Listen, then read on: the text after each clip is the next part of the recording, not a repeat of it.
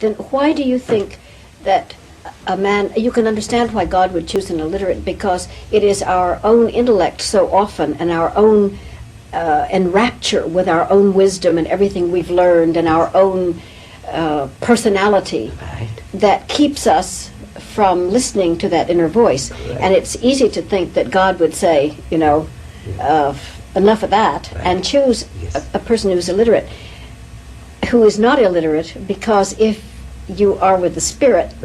All right.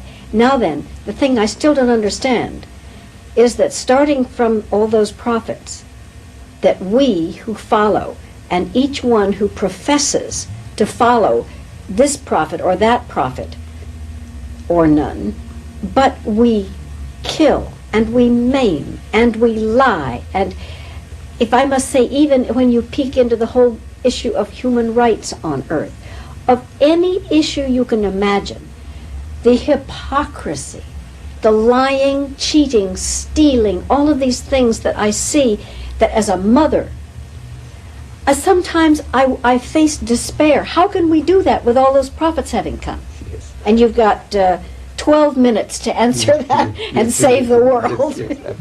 You see, this is the nature of man.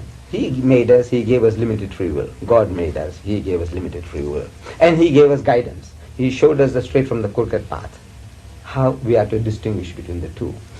But human prejudice keeps on coming in, animality keeps on coming in, like Cain killing Abel, brother killing brother. In the Holy Quran, an allegory is given about the creation of man. It says, God says to the angels, "Inni ja'ilun fil ardi khalifa." So most certainly I am going to create my vicegerent on earth, my viceroy, my representative.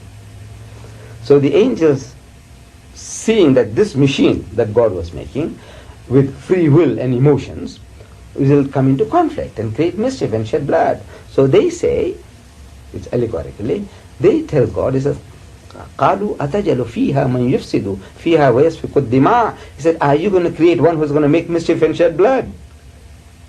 What does God say to that? He doesn't say, no, this man will be perfect in my image, and he will be godly, and he will pray 5 times a day or 20 times a day, and will be charitable and self-sacrificing. Nothing of the kind. He says, قال إني أعلم ما لا تعلمون. He said, what I know about this fellow, you don't know. In other words, what you say is true, that he is a maker of mischief and shedder of blood, but there is something else in him, which the angels, as automatons, they carry out God's will and plan, his bidding, but they don't understand the intricacies of the mind of man, that this human being is capable of self-sacrifice. What can they understand, this machine, what it can do? Like that happenings a little while back in Britain. There was a heavy storm at sea, and a dog got washed away into the sea. And one policeman who was on duty nearby, he dived in to rescue the dog. And he was in trouble, so another policeman went along to help him out. And in turn, one after another, 7 policemen drowned to save one dog. Now, can the angels understand that?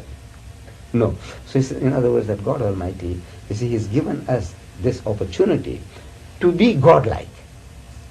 And He's given you that freedom. Without that freedom, we would be all robots.